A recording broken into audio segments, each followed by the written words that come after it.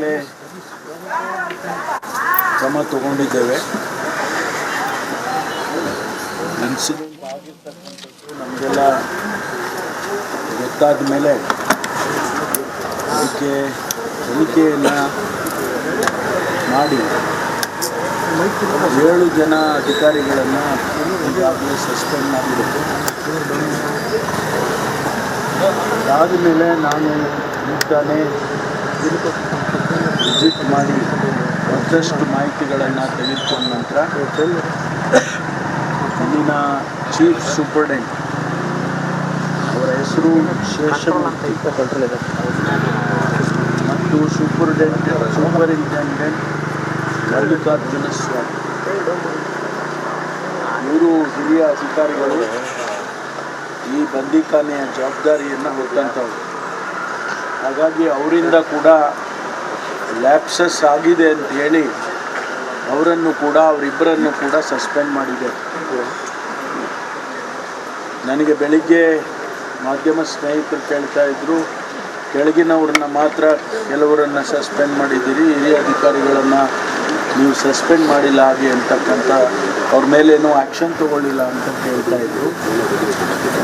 ಈಗ ಬಂದಾದಮೇಲೆ ನಮಗೆ ಸಿಕ್ಕಿರ್ತಕ್ಕಂಥ ಮಾಹಿತಿಯಲ್ಲಿ ಅವರ ನೆಗ್ಲಿಜೆನ್ಸ್ ಕೂಡ ಕಂಡು ಬಂದಿದೆ ಅಂತೇಳಿ ಅವರನ್ನು ಸಸ್ಪೆಂಡ್ ಮಾಡಲಾಗಿದೆ.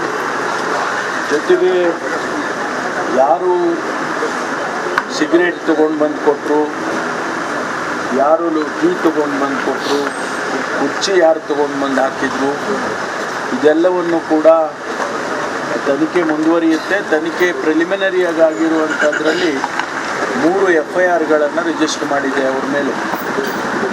ಅವರು ಯಾರ್ಯಾರು ಏನು ಪ್ರಿಸನ್ ಆ್ಯಕ್ಟ್ನಲ್ಲಿ ಏನು ಪ್ರಿಸನ್ ಮ್ಯಾನ್ಯುಯಲ್ನಲ್ಲಿ ಏನು ನಮೂದಿಸಿದ್ದಾರೆ ಅದನ್ನು ವೈಲೇಷನ್ ಮಾಡಿದ್ದಾರೆ. ಅದಕ್ಕಾಗಿ 3 FIRಗಳನ್ನು ರಿಜಿಸ್ಟರ್ ಮಾಡಿದ್ದೇವೆ. ಅವ್ರ ಮೇಲೆ ಕ್ರಮ ತಗೊಳ್ಳೋದು ಪ್ರಾರಂಭ ಆಗುತ್ತೆ. ಜೊತೆಗೆ ಫರ್ದರ್ ಇನ್ವೆಸ್ಟಿಗೇಷನನ್ನು ಮಾಡೋದಕ್ಕೆ ಸೂಚನೆ ಕೊಟ್ಟಿದ್ದೇನೆ. ಹಿರಿಯ IPS ಅಧಿಕಾರಿಗಳನ್ನು ಅದಕ್ಕೆ ನೇತೃತ್ವ ಮಾಡಿ ಅವರಿಂದ ಮುಂದಿನ ತನಿಖೆಯನ್ನು ಮಾಡ್ತೇವೆ. ವರದಿ ಬಂದ ಮೇಲೆ ಮುಂದಿನ ಕ್ರಮವನ್ನು ತೆಗೆದುಕೊಳ್ತೇವೆ. ಈ ಮೂರು ತೀರ್ಮಾನಗಳನ್ನು ಈಗ ಮಾಡಿದ್ದೇವೆ, ಅದರಂತೆ ಕ್ರಮ ತಗೊಳ್ತೀವಿ. ಅದು ವಾರ್ಡರ್ಗಳು, ಅದು ಡೀಟೇಲ್ಸ್ ಎಲ್ಲ ಆಮೇಲೆ ಕೊಡ್ತೇವೆ.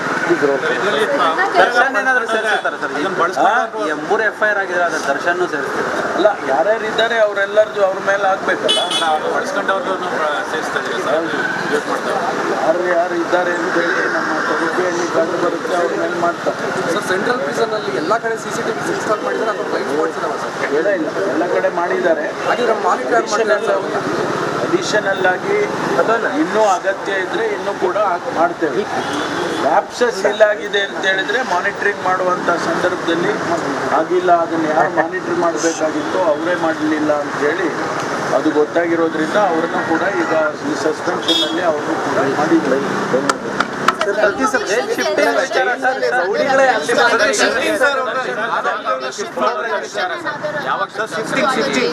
ಶಿಫ್ಟಿಂಗ್ ಮಾಡುವಂತ ವಿಚಾರ ಅದು ಈಗ ಸದ್ಯದಲ್ಲಿ ನಾವು ಚರ್ಚೆ ಮಾಡ್ತಾ ಇದ್ದೀವಿ, ಯಾವ ರೀತಿ ಮುಂದಿನ ಕ್ರಮ ತಗೋಬೇಕು ಅದನ್ನು. Sir, what are the steps to be taken to prevent this? Because this is not a new thing, sir. In the past as well, when Sasikala was here, there were allegations that VIP treatment was given to her. Telgi, such allegations came to the fore. Now you have another VIP prisoner inside, and similar allegations now with pictures in it. See, every point of time, there are people who head this prison to take care of this prison. It is those people the negligence happens. Central ಜೈಲಿನಲ್ಲಿ ದರ್ಶನ್ಗೆ ರಾಜಾತಿಥ್ಯ ವಿಚಾರಕ್ಕೆ ಸಂಬಂಧಪಟ್ಟಂತೆ ಮತ್ತಿಬ್ಬರು ಅಧಿಕಾರಿಗಳ ತಲೆದಂಡ ಆಗಿದೆ. Superintendent Mallikarjuna ಸ್ವಾಮಿ, ಆತನನ್ನು ಕೂಡ ಈಗ ಸಸ್ಪೆಂಡ್ ಮಾಡಲಾಗಿದೆ. ಸೂಪರಿಂಟೆಂಡೆಂಟ್ ಶೇಷಮೂರ್ತಿ ಸಹ ಅಮಾನತು ಮಾಡಲಾಗಿದೆ. ಟೋಟಲ್ ಈಗ 9 ಸಿಬ್ಬಂದಿಯನ್ನ ಅಮಾನತು ಮಾಡಿ ಆದೇಶವನ್ನು ಹೊರಡಿಸಿದ್ದಾರೆ. ಗೃಹ ಸಚಿವ ಡಾಕ್ಟರ್ ಜಿ ಪರಮೇಶ್ವರ್ ಅವರು.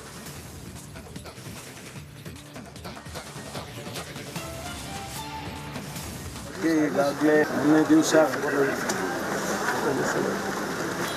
ಹರಪ್ಪನ ಅಗ್ರಹಾರದ ಜೈಲಿನಲ್ಲಿ ಏನು ಇನ್ಸಿಡೆಂಟ್ ನಡೆದಿದೆ ಅದರ ಬಗ್ಗೆ ಈಗಾಗಲೇ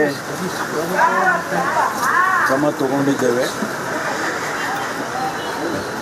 ಇನ್ಸಿಡೆಂಟ್ ಆಗಿರ್ತಕ್ಕಂಥದ್ದು ನಮಗೆಲ್ಲ ಗೊತ್ತಾದ ಮೇಲೆ ಮೊನ್ನೆ ದಿವಸ ಹರಪ್ಪನ ಅಗ್ರಹಾರದ ಜೈಲಿನಲ್ಲಿ ಏನು ಇನ್ಸಿಡೆಂಟ್ ನಡೆದಿದೆ ನನಗೆ ಶಾಂತಿ ಸಿಗಬೇಕು. ಯಾಕಂದರೆ ನನ್ನ ಮಗನ ಕಳ್ಕೊಂಡದ್ದು ನನಗೆ ಗೊತ್ತು ಏನಂತ. ಅವ್ರಿಗೆ ಆರಾಮಾಗಿ ಕುತ್ಕೊಂಡ್ರಿಗೆ ಯಾರಿಗೆ ಗೊತ್ತಿರ್ತೈತೆ. ಇದು ನಿರ್ದಾಕ್ಷಿಣ್ಯವಾಗಿ ಸರ್ಕಾರ ಇದ್ರ ಬಗ್ಗೆ ತನಿಖೆ ಮಾಡಬೇಕು. ಅವ್ರಿಗೆ ಆ ರೀತಿ ಕೊಟ್ಟಿದ್ದಾರೆ, ಯಾರು ಕೊಟ್ಟಿದ್ದಾರೆ, ಅವ್ರಿಗೆ ಶಿಕ್ಷೆ ಅವರು ಕೊಡಬೇಕು. ಇದ್ರ ಮುಖಾಂತರ ನಾನು ಸರ್ಕಾರನ ಗಣಕ ಸರ್ಕಾರನ ಕೈ ಮುಗಿದು ಕೇಳ್ಕೊಂತೀನಿ. ಅವ್ರದ್ದು ತಪ್ಪು. ಜೈಲಲ್ಲಿ ದರ್ಶನ್ ರಾಜಾತಿಥ್ಯ ಇತರೆ ಆರೋಪಿಗಳ ಹೆತ್ತವರು ಆಕ್ರೋಶ ಹೊರಹಾಕಿದ್ದಾರೆ. ದರ್ಶನ್ಗೆ ಜೈಲಲ್ಲಿ ಎಲ್ಲಾ ಸಿಗ್ತಾ ಇದೆ, ದುಡಿದು ತಿನ್ನೋ ಮಕ್ಕಳು ಜೈಲಿಗೆ ಹೋಗಿ ಕೂತಿದ್ದಾರೆ ಅಂತ ಆರೋಪಿ ಅನುಕುಮಾರ್ ತಾಯಿ ಜಯಮ್ಮ ಆಕ್ರೋಶ ಭರಿತರಾಗಿ ಮಾತನಾಡಿದ್ದಾರೆ. ನಮಗೇನು ಜಮೀನಿದೆಯಾ, ಇರೋದು ಗುಡಿಸಲು ಅಂತ ಅಳಲು ತೋಡ್ಕೊಂಡಿದ್ದಾರೆ. ದರ್ಶನ್ ಕರುಣೆ ಬಿಟ್ಟು ನಮ್ಮ ಮಕ್ಕಳನ್ನ ಬಿಡಿಸಬೇಕು ಅಂತ ಹೇಳಿದ್ದಾರೆ. ಅದೇ ನಮ್ಮ ಏನು ಅಂದ್ರೆ ನಮ್ಮ ಕೈಲಿ ಏನು ಶಕ್ತಿ ಇಲ್ಲ ಬಿಡಿಸ್ಕೊಂಬರಕ್ಕೆ. ಮತ್ತೆ ಅವ್ರ ಪರವಾಗಿ ಹೋಗಿದ್ದೇನಲ್ಲ, ಮತ್ತೆ ಅವ್ರು ಹೆಲ್ಪ್ ಮಾಡ್ಬೇಕು ಅಂತ ನಾವು ಇದನ್ನ ಮಾಡ್ತೀವಪ್ಪ. ಏನ್ ಮಾಡ್ಬೇಕು ಅದಕ್ಕೆ? ನಮ್ಮ ಹತ್ರ ಅಷ್ಟೊಂದು ದುಡ್ಡು ಕೊಟ್ಟು ಬಿಡಿಸ್ಕೊಂಬರೋ ಶಕ್ತಿ ಇತ್ತು. 2 ತಿಂಗಳಾತ್ ನನ್ನ ಮಗ ಹೋಗಿ ದುಡಿಮೆ ಮಾಡೋ ಮಕ್ಳು ಹೋಗಿ ಅಲ್ಲಿ ಕುಂತಿದ್ದಾವೆ. ನಾವೇನ್ ಮಾಡ್ಬೇಕು ಹೇಳಿ? ನಮ್ಮ ಪರಿಸ್ಥಿತಿ ಹೇಳಿದ್ರೆ ನಾವೇನು ನೋಡೋದ್ ಕಡೆ ಹಿಂಗೈದೀವಿ ಅಷ್ಟೇ. ಒಳಗದ್ ಯಾರ ಕಡೆ ಸ್ವಸತಿ ರಾಗಿ ಅಕ್ಕಿ ಸಿಗ್ತಾವ ಅದನ್ನ ತಿಂದು ಜೀವನ ಮಾಡ್ತೀವಿ. ಅವ್ರು ಕೊಡ್ತಾರಂತಲ್ಲ ಮಾತಾಡಕ್ಕೆ, ನಮ್ಮ ಹುಡುಗ ಹೋಗಿಲ್ಲ ಅಂತಲ್ಲ, ಅಲ್ಲೇ ಹೋಗಿ ಮಾತಾಡ್ಕೊಂಡ್ರೆ ನಮ್ಗೆ ಇಲ್ಲೇನು ಫೋನ್ ಮಾಡಿಲ್ಲ. ಈ ದರ್ಶನ್ ಕಡೆಯವ್ರು ಏನಾದ್ರು ಫೋನ್ ಮಾಡಿ ಹೇಳ್ತಾನೆ ಅಷ್ಟೇ, ಬಂದು ಬಂದು. ಈಗ ಏನಾದ್ರು ಫೋನ್ ಗಿದಂತೂ ಏನು ಮಾಡಿಲ್ಲ ಮಾಡಿಲ್ಲ ಸರ್. ನೀವೇನಾದ್ರು ಫೋನ್ ಮಾಡಕ್ ಇಲ್ಲ, ನಾವೇನ್ ಫೋನ್ ಇಸ್ಕೊಂಡಾರಲ್ಲ ಅವ್ರು, ನಾವೇನು ಇದ್ದ ಮಾಡೋಣ. ದುಡಿಯೋ ಮಗ ಹೋಗಿ ಅಲ್ಲಿ ಕುತ್ಕೊಂಡ, ನಮ್ಮ ಅಪ್ಪ ನಿಮ್ಗೆ ಹೋಗೋದು ಅಡಿಗೆ ಕೆಲ್ಸಕ್ಕೆ ಆಯ್ತು ಹೋಗ್ತದ ಮಗನ ಇಚ್ಛೆ. ಪರಪ್ಪನ ಅಗ್ರಹಾರ ಜೈಲಿನ ಒಂದೊಂದೇ ಕರ್ಮಕಾಂಡ ಬಯಲಾಗ್ತಾ ಇದೆ. ಜೈಲಲ್ಲೇ ರೌಡಿ ಕುಳ್ಳ ಸೀನಾ ಹುಟ್ಟುಹಬ್ಬ ಆಚರಣೆ ಮಾಡಿಕೊಂಡಿದ್ದಾನೆ. ಪಿಸ್ತೂಲ್ ಮಾದರಿಯ ಕೇಕ್ ಕಟ್ ಮಾಡಿ ಸಂಭ್ರಮಿಸಿದ್ದಾನೆ. ಹುಟ್ಟುಹಬ್ಬದ ಸಮಯದಲ್ಲಿ ವಿಲ್ಸನ್ ಗಾರ್ಡನ್ ನಾಗ ಕೂಡ ಭಾಗಿಯಾಗಿದ್ದ. ಇದೇನು ಸೆಂಟ್ರಲ್ ಜೈಲ, ರೌಡಿಗಳ ಪಿಕ್ನಿಕ್ ಸ್ಪಾಟ ಅನ್ನೋ ಅನುಮಾನ ಶುರುವಾಗಿದೆ. ಜೈಲು ಅಧಿಕಾರಿಗಳ ವಿರುದ್ಧ ಸ್ಥಳೀಯರು ಆಕ್ರೋಶ ಹೊರಹಾಕಿದ್ದಾರೆ. ಜೈಲಿನಲ್ಲಿ ಇದ್ಕೊಂಡೇ ದರ್ಶನ್ ವಿಡಿಯೋ ಕಾಲ್ ಮಾಡ್ತಾರೆ ಅಂದ್ರೆ ಕಾನೂನು ಯಾವ ಮಟ್ಟದಲ್ಲಿ ಇದೆ ಅನ್ನೋದು ತಿಳಿಯುತ್ತೆ. ಇದರಲ್ಲಿ ಹಿರಿಯ ಅಧಿಕಾರಿಗಳ ಕೈವಾಡ ಇದೆ.